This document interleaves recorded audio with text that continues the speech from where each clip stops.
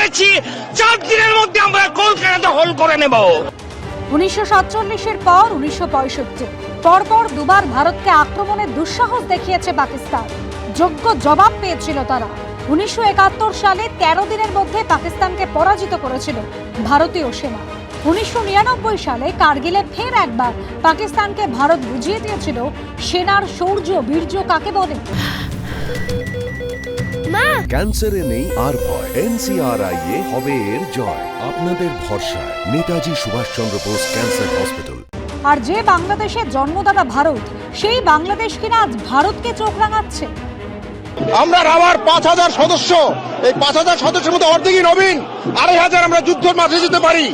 আর এর সাথে যদি 30 লাখ ছাত্র জনতা যোগ হয়, তাহলে ভারত তো দূরের কথা, আমেরিকা আমাদের সাথে টিকবে না। আপনারা আর আসমালাম তুলবেন না। ইস্টার্ন সেক্টর, ইস্টার্ন কমান্ড গোছানোর ভয় আমাদেরকে দেখাবেন না। শুধু আমরা সশস্ত্র বাহিনী নই, 17 কোটি জনতা আছে আমাদের সাথে, আপনাদেরকে সীমান্তেই রুখে দিবেন। সামরিক দিক থেকে ধারে ধারে ভারত বাংলাদেশের কোনো তুলনাই হয় না। ভারতীয় সেনাবাহিনীতে অফিসার জওয়ান সহ সক্রিয় সদস্যের সংখ্যা 14,55,000, সেখানে বাংলাদেশের মাত্র 1,63,000। গ্লোবাল ফায়ার পাওয়ারের রিপোর্ট অনুযায়ী ভারতের কাছে মোট 2,296টি এয়ারক্রাফট রয়েছে, সেখানে বাংলাদেশের 216টি। ভারতের কাছে যুদ্ধবিমান রয়েছে 606টি, বাংলাদেশের মাত্র 44। ভারতের কাছে ট্রান্সপোর্ট বিমান রয়েছে 264টি, বাংলাদেশের 16টি। ভারতীয় বাহিনীর কাছে হেলিকপ্টার রয়েছে 869টি, বাংলাদেশের কাছে 73টি। ভারতের অ্যাটাক হেলিকপ্টারের সংখ্যা 40, বাংলাদেশের একটিও নেই। ভারতের এরিয়াল ট্যাঙ্কারের সংখ্যা 6, বাংলাদেশের একটিও নেই। ভারতের ট্যাঙ্কের সংখ্যা 4,614, বাংলাদেশে 320। ভারতের আর্মার্ড ভেহিকলের সংখ্যা 1,51,248, বাংলাদেশের মাত্র 13,100। ভারতের সেলফ প্রোপেলড আর্টিলারির সংখ্যা 140টি, বাংলাদেশে 27। ভারতের টোট আর্টিলারির সংখ্যা 3,243, বাংলাদেশের 437। ভারতের মোবাইল রকেট প্রজেক্টরস রয়েছে 702টি, বাংলাদেশের 71টি।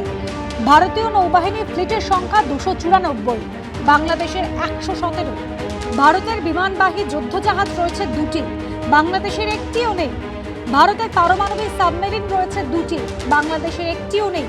ভারতের মোট সাবমেরিনের সংখ্যা 18, বাংলাদেশের মাত্র 2টি। ভারতীয় নৌবাহিনীর ডেস্ট্রয়ার রয়েছে 12টি, বাংলাদেশের একটিও নেই।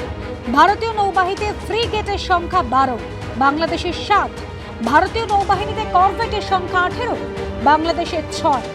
ভারত পরমাণু শক্তিধর দেশ, বাংলাদেশ এখনো সেই ক্ষমতা অর্জন করতে পারেনি।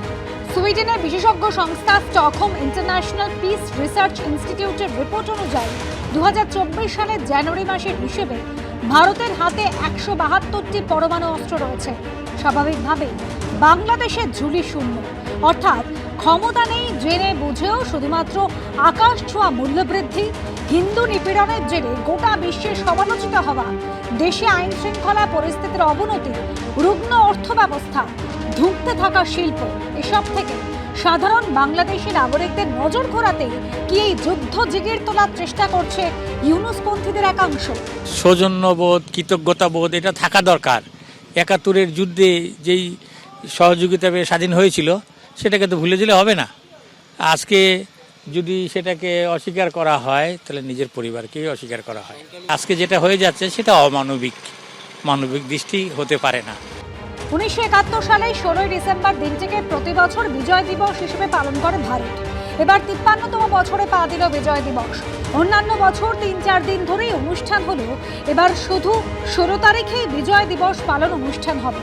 বাকি বছরগুলিতে এই দিনে বাংলাদেশের কোনো মুক্তিযোদ্ধার পরিবারের সদস্যরা উপস্থিত থাকেন। তবে এবার পরিবর্তিত পরিস্থিতিতে কেউ উপস্থিত থাকবেন কিনা তা নিয়ে এখনো কোনো সিদ্ধান্ত হয়নি। এবিপি আনন্দ।